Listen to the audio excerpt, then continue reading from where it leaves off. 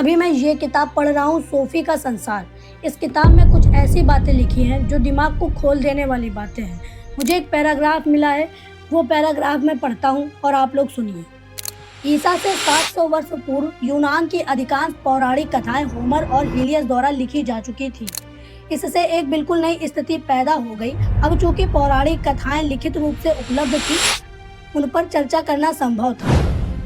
प्रारंभिक यूनानी दार्शनिकों ने होमर की पौराणिक कथाओं की आलोचना इसलिए की क्योंकि इनमें देवता नश्वर प्राणियों से बहुत मिलते जुलते थे और वे उन्हीं की तरह अहंकारी और धोखेबाज थे। इसलिए पहली बार आलोचना की गई कि पौराणिक कथाएं महज मानवीय विचार ही तो हैं।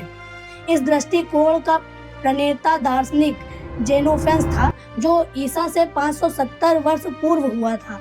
उसने कहा, मनुष्यों ने देवताओं को अपने ही छवि के अनुरूप बनाया है। उसका मानना था कि देवता पैदा होते हैं, उनके शरीर होते हैं। इस किताब में यूनानियों के विषय में लिखा गया है और जो लिखा गया है वो सेम हमारे वेदों में भी है, जिसे लोग भगवान के द्वारा मतलब कि ईश्वर के द्वारा रचित मानते हैं। इसमें जैसे कि भगवान, मैं आपसे प्रार्थना करता हूँ कि आप मेरे ही खेत में पानी बरसाना, मेरे पड़ोसी के खेत में पानी मत बरसाना।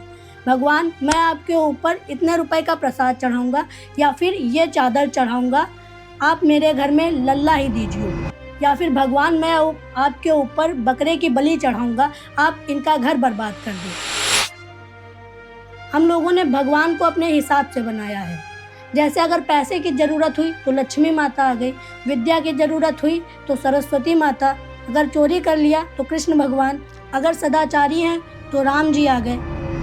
जो यूनान के दार्शनिकों ने इसकी आलोचना की थी वो बिल्कुल सही करी थी, लेकिन अपने यहाँ तो दर्शन ही नहीं है। हम लोगों ने दर्शन का मतलब बना के रखा है कि भगवान की मूर्ति के सामने दूध चढ़ाना और फूल फेंकाना, बस।